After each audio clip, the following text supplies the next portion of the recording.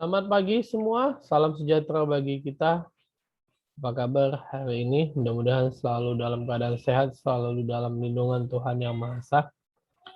Hari ini kita masuk ke pertemuan kita yang ke-12 ya, pada mata kuliah riset operasi, teknik riset operasi. Baik.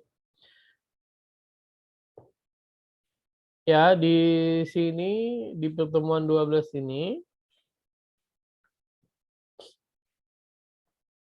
kita bicara mengenai konsep atau metode branch and bond ya. Jadi di pertemuan 12 ini kita bicara mengenai konsep atau metode branch and bond. Oke. Apa itu branch and bond?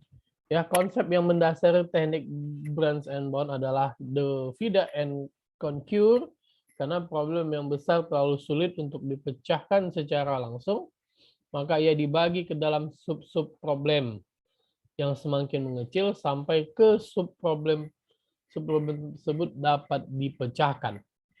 Divide membagi seluruh set atau daerah ya, atau set ini kita biasa sebut dengan himpunan ya, bagian ya. Nah, daerah visible menjadi subset-subset yang lebih kecil atau menjadi himpunan-himpunan yang lebih kecil lagi. Conquer adalah menetapkan batas. Jadi conquer itu menetapkan batas untuk menentukan apakah suatu subset dapat diberikan solusi yang lebih baik dan membuang subset yang tidak memberikan solusi optimal ke problem semua. Baik, dalam algoritma ini, pertama kita selesaikan masalah berdasarkan integer linear programming sebagai linear programming secara grafik atau simplex dengan mengabaikan kendala semua variabel keputusan harus integer. Jika solusi langkah 1 merupakan integer, maka solusi tersebut merupakan solusi masalah integer linear programming. Jika tidak, maka lanjut ke langkah ketiga. Oke. Lakukan pencabangan dengan menambahkan kendala baru sesuai prosedur branch and bond untuk kembali pada ke langkah 1. Baik, saya lanjut. Branch and bond, ya, cara ini mula-mula dipakai oleh Len and Doi untuk menyelesaikan program bilangan caca. Ternyata cara ini tidak saja hanya dapat digunakan untuk program bilangan caca, tetapi juga dapat digunakan untuk program matematika yang lain. Untuk program bilangan caca, branch and bond dilakukan demikian. Misalnya kita mempunyai problem program bilangan caca dan disebut problem 0, yaitu MIX atau MIX F0 sama dengan 10X1 tambah 7X2 dengan kendala 1 4X1 tambah 3X2 lebih kecil sama dengan 10. Kendala kedua X1 dan X1 X2-nya lebih besar sama dengan 0 dan merupakan bilangan caca. Kita lihat jawabannya. Kita jawab max F1 atau max F sama dengan 10X1 tambah 7X2 dengan kendala 4X1 kendala 1 4X1 tambah 3X2 lebih kecil sama dengan 10. Kendala 2 X1 X2 lebih besar sama dengan 0. Oke. Untuk grafik 1, kita ambil tadi kendala 1 yaitu 4X1 tambah 3X2 lebih kecil sama dengan 10. Maka X1 di mana X2-nya 0 ya. 5/20. Oke. Kenapa bisa 5/20? Karena 4X1 sama dengan 10, X1 sama dengan 10/4, yang itu sama dengan 5/2. Ya, ini tadi 5/2 ini kita sebutlah dengan titik A ya. Atau titik A itu adalah 5/20,0 ya. Nah, selanjutnya X2 di mana X1-nya 0, maka 3X2 sama dengan 10. Oke. Ya, X2 sama dengan 10/3. Nah, ini dia. Ini kita anggap titik B, yaitu 0,10/3. Oke. Gambarnya ya, kalau kita lihat gambarnya, ini dia titiknya. Yang mana tadi titik A ya? Oke. titik A, B, C. Oh, sorry, tadi kalau titik A-nya 0,0, ya, titik A-nya tadi adalah 0,0, maka titik B-nya 5/2,0 dan titik C-nya adalah 0,10/3. Oke. Ini jadi B, ini jadi titik C. Baik. Nah, kalau kita tarik garisnya, ini garisnya pada grafik sumbu XY atau X1, ini sumbu X1, ini sumbu X2. Kalau kita ambil X1, X2. Oke, maka ini titik B tadi, yaitu 5/2,0 dan titik C tadi 0,10/3. Oke. Baik, kita lanjut. Maka problema 1, ya, ditambahkan 2 problema sekaligus. Sehingga pada problema 2, kita masukkan problema 1 ditambah kendala XJ lebih kecil sama dengan K. Problema 3, problema 1 ditambah kendala XJ lebih besar sama dengan K tambah 1. Karena sebagai catatan, K adalah bilangan caca yang terbesar sebelum T. Oke, kita lihat. Dari max F1, 10X1 tambah 7X2, ya, di mana A, titik A itu tadi 0,0, maka F1-nya 0. Titik B-nya 5/2,0, maka F1-nya 2/5. Titik C 0,10/3, maka F1-nya 70/30. Yang maksimum itu adalah 25. Ini adalah maksimum. Sehingga titik verteksnya ABC yang maksimum adalah 5/2. Nah, ini titik verteksnya 5/2. Ya, ini yang maksimum. X2-nya 0, ya kan? Maka F-nya 25. Nah, T sama dengan X1, maka sama dengan 5/2. Ini sama dengan 2/5. 5 dibagi 2, itu sama dengan 2,5. 2,5. Oke, sehingga pada 2,5 ini, kalau kita ambil pada sebuah grafik atau garis, ya, 2,5 ini garisnya ini. Jadi ini titik 0, 1, 2, 2,5, 3. Oke. 2,5 ini kan bukan bilangan caca, ya. 2,5 bukan bilangan caca, bukan, ya. Oke. Sehingga bilangan berapa yang bilangan caca? Oke, yaitu kita lihat. Bilangan 2. Bilangan 2 itu adalah bilangan caca. Ini adalah bilangan caca, ya kan? Bilangan 2. Oke. Ya. Sehingga problema 2-nya XJ lebih kecil sama dengan K, di mana X1-nya lebih kecil sama dengan 2. Problema 3, XJ lebih besar sama dengan K tambah 1, maka X1 lebih besar sama dengan 2 tambah 1, yaitu X1-nya adalah lebih besar sama dengan 3. Oke.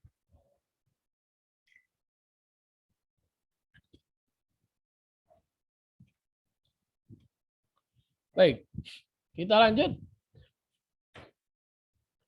Sehingga pada max F2, 10X1 tambah 7X2 adalah muncul kendala 1. Kendala 1, 4X1 tambah 3X2 lebih kecil sama dengan 10. Kendala 2, X1 lebih kecil sama dengan 2, maka kendala 3X1, X2 lebih besar sama dengan 0. Itu problema 2. Ya, ini pada problema 2. Pada problema 2. Pada problema 3, max F3 sama dengan 10X1 tambah 7X2. 4X1 tambah 3X2 lebih kecil sama dengan 10. Maka X1, kendala 2-nya X1 lebih besar sama dengan 3. Sehingga kendala 3, X1, X2 lebih besar sama dengan 0. Ini problema 3. Oke, maka pada grafik yang bisa kita lihat, tadi kalau tadi dia sampai 5/2, ya kan? Ada muncul lagi titiknya 2,2/3, muncul lagi titik di sini, ya kan? 3, muncul lagi di 2 di sini. Jadi ada garis baru yang muncul dari grafik 2 ini, ya. Tadi grafik 1 hanya ini saja, 3 sisi atau 3 titik, titik A, B, dan C.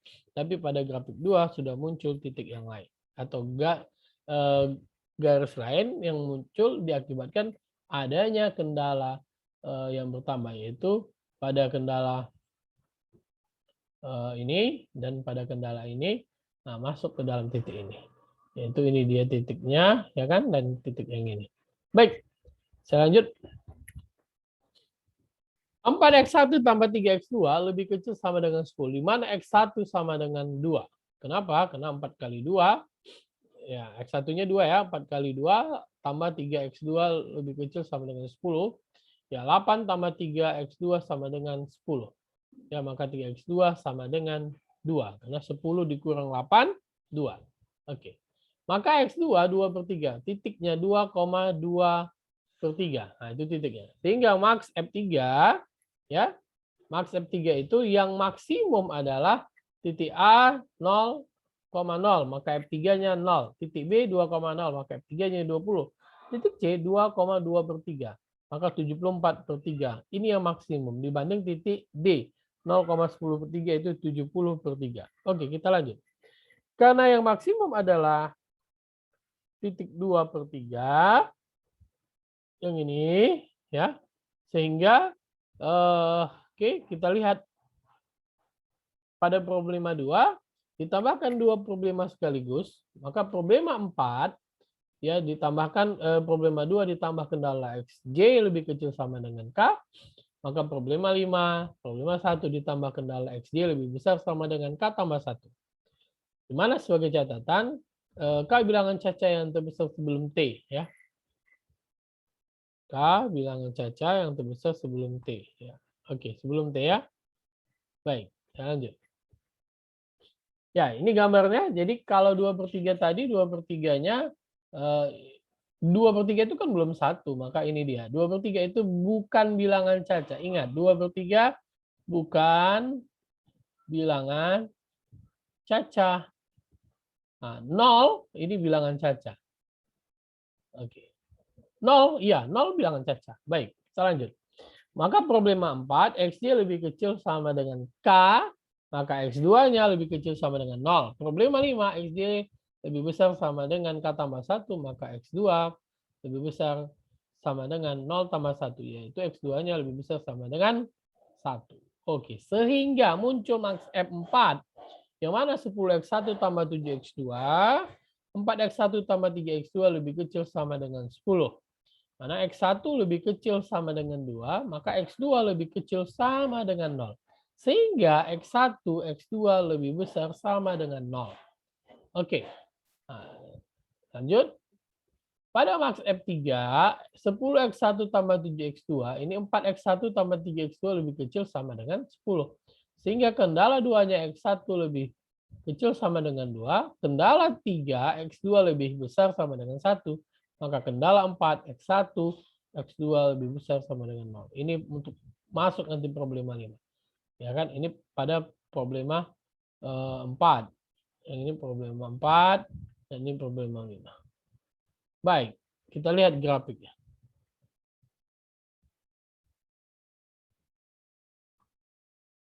Oke, pada grafik ini sudah muncul lagi proses atau kendala yang ada di problema 4 dan problema 5 digambarkan. Jadi kalau tadi kita lihat di sini, pada kendala-kendala yang ada di sini, yang ada di sini, dimasukkan ke dalam grafik 3. Maka pada grafik 3 ini mengakomodir problema 4, problema 5. Ya, jadi itu dia prosesnya. Jadi proses, proses dari metode Branch and Bond ini adalah metode dari cabang-cabang, jadi dibagi ke dalam subset-subsetnya. Maka proses ini akan lebih mudah jika dikerjakan ataupun bisa dikerjakan apakah bilangan caca atau bukan bilangan caca. Ya, saya pikir itu pada materi ini yang bisa saya sampaikan. Ya, kita bisa ikuti saja prosedur, kita bisa ikuti saja caranya, maka akan ketemulah nanti persoalan atau jawaban yang optimum atau yang optimal ya pada problem-problem ini. Oke, baik adik-adik. Untuk prosesnya, silakan selesaikan hingga problema 6 dan 7 ya. Jadi kalau tadi problemanya masih 4 dan 5, silakan masuk dan ikuti caranya, kembali seperti cara problema 1, problema 2 tadi. Nah, dan ikuti untuk di problema 3-nya, yaitu masukkan kendalanya, yaitu untuk menyelesaikan problema 6 dan problema 7 ya. Nah, seperti ini tadi. Nah, ini untuk problema 2 yang ini, ya, ikuti. Untuk problema 2-nya yang ini, ya kan? Nah, ikuti problema untuk menyelesaikan apa? Problema 4 dan problema 5. Oke, begitu juga dengan untuk menyelesaikan problema 6 dan 7, ikuti langkah seperti langkah 1 atau langkah 2. Oke, itu saja yang bisa saya sampaikan pada hari ini. Mudah-mudahan bermanfaat. Terima kasih untuk pertemuannya. Sampai ketemu di ujian. Ya, selamat ya mempersiapkan diri untuk ujiannya nanti ya. Karena materinya nanti untuk ujian dari mulai pertemuan 8, 9, 10, 11, 12, 13, dan 14. Ya, ini untuk pertemuan 12 dipersiapkan. Nanti ada pertemuan 13 dan 14 lagi. Itu saja yang bisa saya sampaikan. Terima kasih, lebih dan kurang saya mohon maaf. Sampai ketemu kita di pertemuan berikutnya. Oke, selamat pagi semua.